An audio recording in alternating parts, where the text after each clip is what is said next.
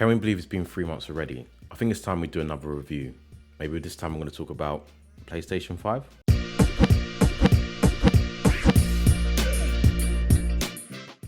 So when PlayStation initially dropped, I'd done an unboxing and a review on it, a quick review, very short review. Bearing in mind I only had it for a couple of hours. But I think now it's cool for me to do a full-length review 3 months down the line, just to let you know what I think after playing it for such a long time and, you know, getting a feel of how the console works, with all the updates and changes that have happened along the way. So we're also going to talk about my favorite parts of the PlayStation, and we're going to talk about my least favorite parts of the PlayStation also. We're also going to talk you through how the operating system runs, the difference between the controls. The PS5 control comes with a two-tone design. It's slightly larger than the original PS4 control, which is just here. As you can see, that the size is slightly bigger, not majorly, but just a little tiny bit bigger than the original control. It also has haptic and adaptive triggers, which are just here. You notice these mainly in games like Astro's World. Astro's World, I feel like, is the best game to showcase what this control can do. So definitely check that one out if you haven't checked it out already. So PlayStation 5 control also comes with a built-in mic and a create button. So the create button is just here, which replaces the traditional share button which we have on the original PlayStation 4 control. Now, if we talk honestly, the one thing that they did say is the battery life was going to be a lot more powerful and it will last a lot longer. In my honest opinion, I don't feel like it does last longer than the PlayStation 4 control. I feel like I'm constantly having to charge my PS5 control just to make sure that it stays on and I can continue playing. So my overall thoughts on the PS5 control. I mean, I really like it. I like how it's lightweight. It's just tidy, the feel of it. And I really do love the haptic triggers and the adaptive triggers. I do like, you know, when you're playing NBA 2K, you're playing FIFA, where, you know, you've been running, sprinting, your play gets a bit tired, you're trying to press it and it gets a bit more firmer and a bit more tricky to press because adapting to how that player's emotions are. I really do like that. I think that is a great addition to the console, or to the control, should I say. You know, Call of Duty is the same thing. If I'm playing with my N15, for example, and I'm shooting, I'm pressing, but it's reacting to each shot, or I've got a one-round burst, it kind of jerks back and it applies a bit of pressure, which is I really like. The rumbling and the shaking is very different as well. You know, I feel like it's very immersive. Like, it kind of brings you into the game a bit more than this control originally did. This control is cool, don't get me wrong, but this is just revolutionary. It's just done so much more than what I would have thought. And especially when you play Astro's World, that is when you really notice a difference in this control. Astro's World, or Astro's Playroom even, Astro's Playroom is the best place where you get to see the full capacity of this control and what this control can really do. Another point I really enjoy about this control is the flashing lights that change here. So when you're playing, say for example, if I'm playing GTA, the lights will then change color from blue to green. So if we look just here, you can see that the control is now flashing. It all depends on what you're doing in the game, and it reacts different to the stuff that's going on.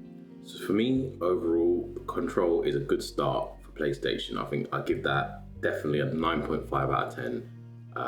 The 0.5 that it could get would probably be maybe making it a different color or making the colors changeable. But other than that, I do feel like it's a good start from them. The control is amazing. I love the haptic and adaptive triggers and the feedback. I love the new rumble feature that it has. The vibration is very different. I'm excited to try it on other games. Unfortunately, there's not many games to try it on at the moment. I mean, Astro's World is probably the best one. Spider-Man also, Call of Duty, FIFA, NBA. Those games, they do have a small element of the features that the controls do have. I mean, Astro's World is the main one where it showcases the main features of what the control can do with the rumble and the shaking and the motion sensing. So check out Astro's World if you haven't had a chance to check that out yet. That is where you'll get the biggest and the best experience of the control. So if we just dive into the menu settings here, let's have a quick look at the different options that we have available. I mean, I don't know if I'm 100% loving the options and the way that it is actually set up. You know, to get the to get the mini menu, you got to click at the bottom here, and then to see your friends list is at the bottom as well. I don't know how I feel about that. I don't know if I prefer it to be at the top or in a more accessible area for gameplay. Do you know what I mean? Somewhere like here where the media settings are and the game settings.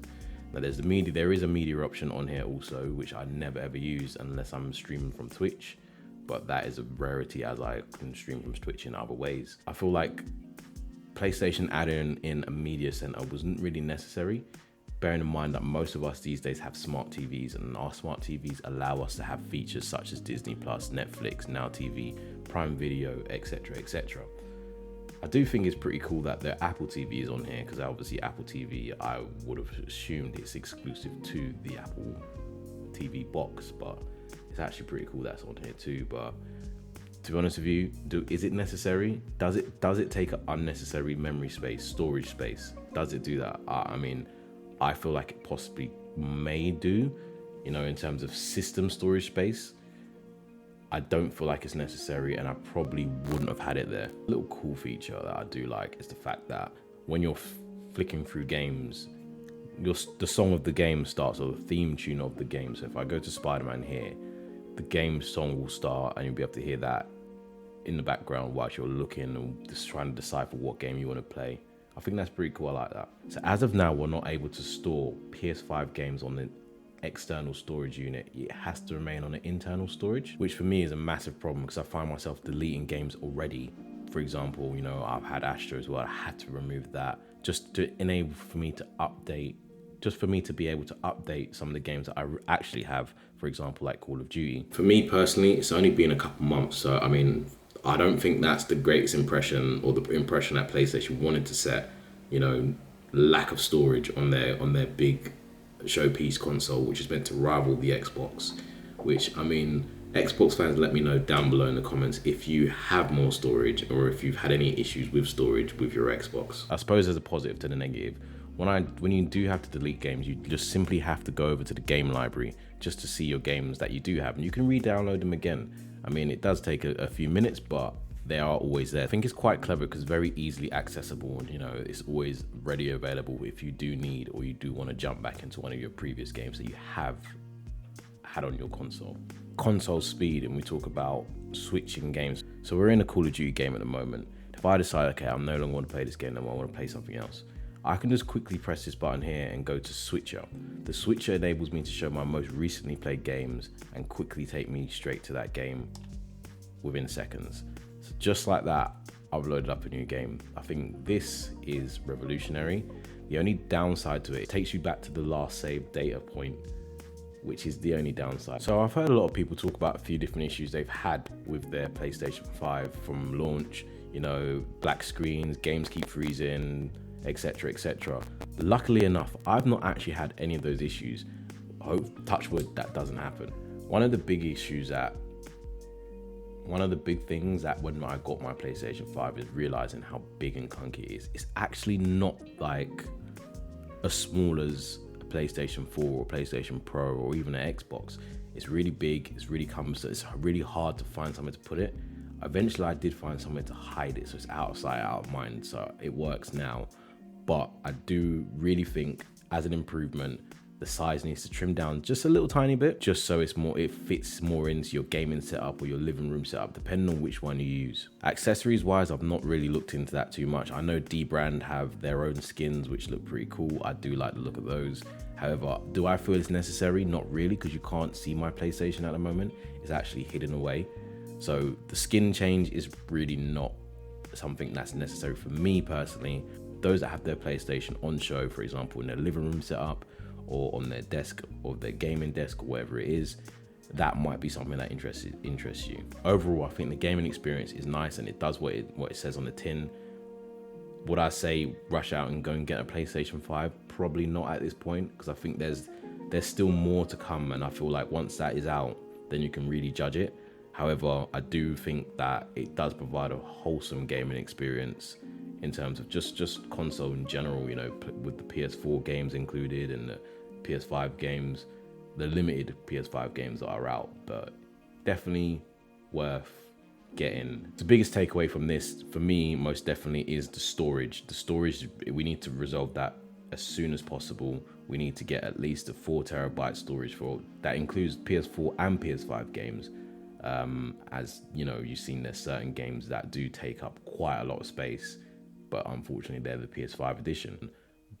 But for me, it's been a good experience. Apart from the storage has been the main issue that I feel like I've had, and the fact that there's not many games on PS5. I mean, I'm excited for games like Ratchet and Clank to come out, and you know, the Spider-Man game, which is not a PS5 exclusive, but it was the big showpiece for PS5. I really did enjoy that game. I enjoyed Astro's World. I'm definitely looking forward to seeing what other games do come on PS5, solely PS5 exclusives. It'd be interesting to see, because I want to see more of the immersive control, and I want to see more of the, you know, the haptic triggers and the feedback and stuff like that. I want to be able to get the full experience of the PS5, not having to revert back to PS4 version like you do with some games, for example GTA 5, which I know there's an update coming for the PlayStation 5, but I feel like they should have been ready before the PlayStation 5 came out. Overall, would I suggest to buy a PS5? I mean, PS5s are very hard to come by at the moment. I would never suggest to buy them at £600, £700, £800, £900. That's just craziness. Is it worth that? In my opinion, not in the slightest. I do think the price point of $350 and $449 is a good price point for a PlayStation. In my opinion, there's a small change from the PS4 or the PS Pro. I do feel like it's just a PS Pro in a new skin at the moment. Hopefully over the coming months or in the coming years, there is a massive change, and we do see what PS5 can really do in its full capacity, in its full glory. But definitely, if you can get hold of one at retail price, do get one. If you've got a PlayStation 5 at the moment, comment down below and let me know your thoughts and your feedback on what you think of the PlayStation 5 at the moment. You know, those that haven't got it, I hope this video helps you decide whether you do want to get one or if you don't want to get one. If you do get one and you do want to play me in a game, you know what to do. Link will be in the description. Hopefully you enjoyed that, and I'll see you in the next video.